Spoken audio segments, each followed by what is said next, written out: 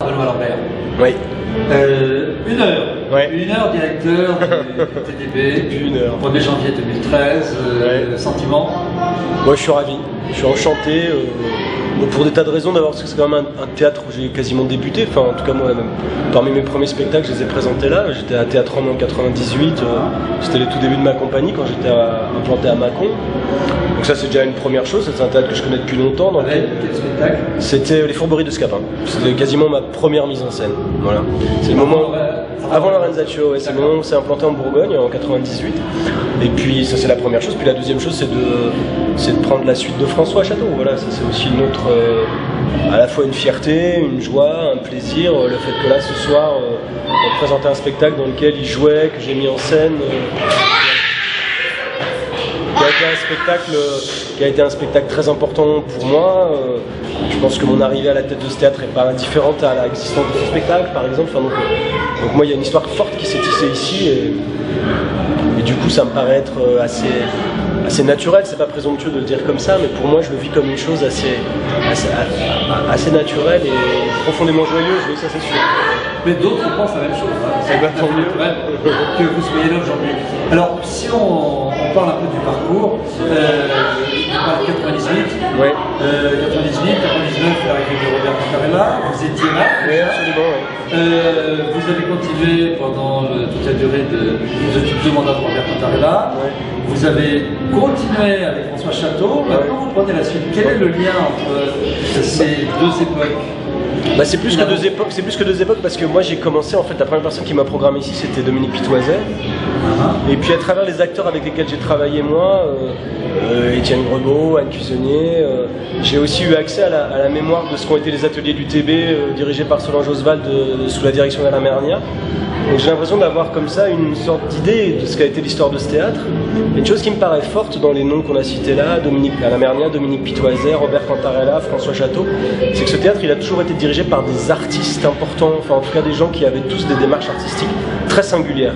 Donc on peut penser ce qu'on veut, on peut avoir des préférences, des goûts, mais en tout cas c'était à chaque fois des artistes indiscutables. Jacques Fournier est là ce soir. Et Jacques Fournier qui est là bien entendu. Enfin, donc ça c'est une filiation qui oblige d'une certaine façon, mais qui est très encourageante aussi, puisque je me dis que voilà, ce théâtre il a toujours été animé par un geste artistique fort. Et comme on est dans une maison de création, dans une maison de fabrication d'art, je crois que c'est ça que je vais essayer de garder. De chacun, j'ai envie de retenir quelque chose. Je crois qu'il y avait, à l'époque de Mernia, un souci de la jeunesse. C'est quand même lui qui a accompagné les débuts de Théâtre en mai.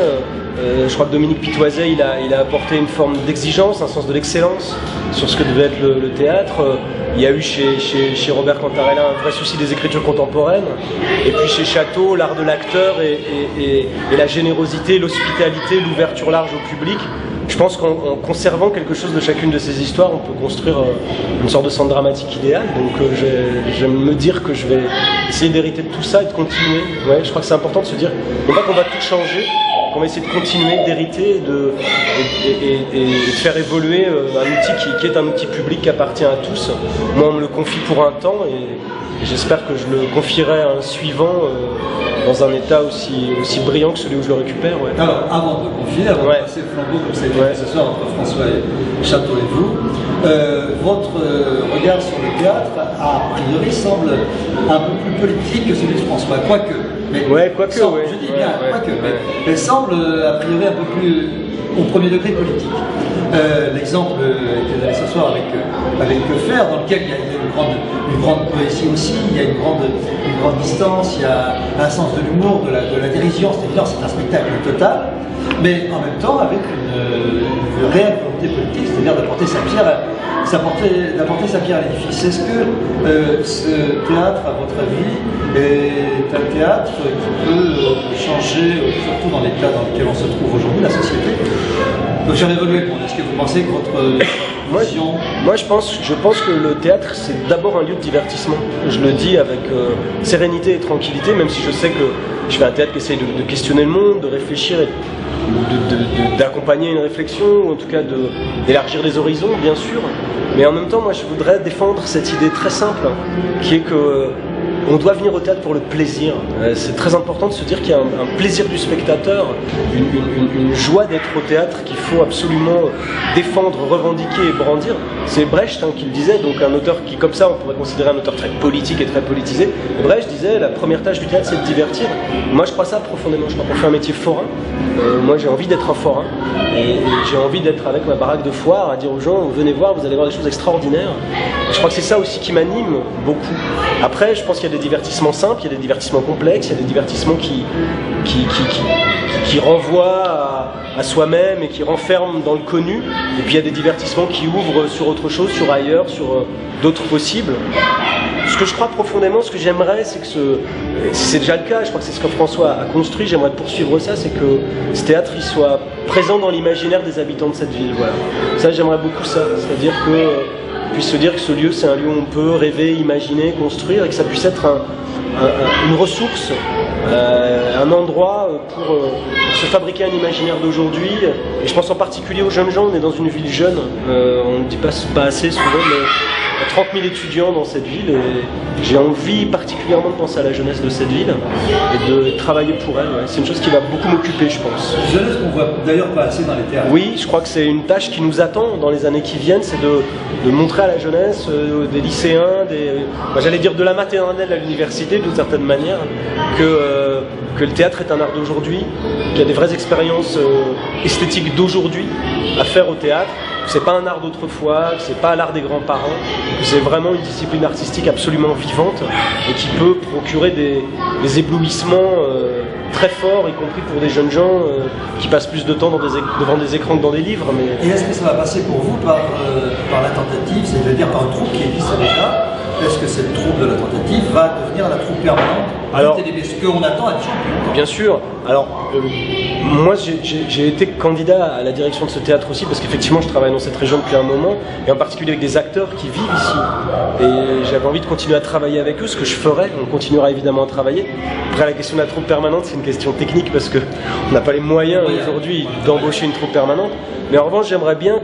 C'est la réflexion qu'on avait conduite avec François, parce qu'on a quand même beaucoup parlé ensemble de ce que ce serait de prendre sa suite. On y a pensé. Je crois qu'il y a un acteur qui s'en va, et qu'il y a un acteur immense, sans doute un des plus grands aujourd'hui du théâtre public. Et je pense que pour le remplacer, il en faudra beaucoup. Donc j'ai l'idée qu'un groupe d'acteurs, oui, viendra et sera présent, et j'aimerais que ce théâtre soit identifié à un groupe de comédiens, et j'aimerais que ces comédiens transmettent leur art à d'autres, à des jeunes gens, et oui, je voudrais que ce soit un lieu pour les acteurs, oui, ça c'est sûr. Et pour les acteurs, pour certains qui vivent ici, et puis d'autres qui viendront évidemment, mais aussi avec certains qui habitent dans cette ville, sur ce territoire. Il y a des très bons acteurs en Bourgogne, et j'espère qu'on les verra sur le plateau du TDB dans les années qui viennent, bien sûr. Oui. Avant de vous laisser rejoindre vos invités, qui vous attendent impatiemment, dernière question, on a assisté à Que faire, le retour ce soir, de mise en scène par Lambert, avec Martine Schumacher, avec François Chateau, le relais, il est là, le symbole est là. Bien sûr, oui, tout à fait. Et c'est un spectacle qu'on a vraiment fabriqué ensemble, et c'est très très beau d'organiser cette passation autour de la représentation de ce spectacle, parce que ce spectacle était aussi une rencontre de génération entre les questions de François et Martine d'un côté, celles de Jean-Charles Masséra et moi de l'autre, et que voilà, il y avait déjà l'histoire pas simplement d'une passation, mais bien d'une transmission qui se joue autour de ce spectacle. Et dans la soirée là, qui, je tiens à dire, est quand même une soirée exceptionnelle. Enfin, c'est rarissime qu'il y ait une fête aussi belle que celle qu'on a eue ce soir pour passer le relais à l'intérieur d'un outil public consacré à l'art dramatique. Ouais. Je suis assez étonné, assez ému de la façon dont ça s'est fait, vraiment. Oui, c'est vrai qu'il y a beaucoup d'émotions, oui, et comme on disait tout à l'heure, de plaisir. Et de plaisir, oui, beaucoup de plaisir. Ça sera le mot de la fin, merci Benoît. Merci à vous.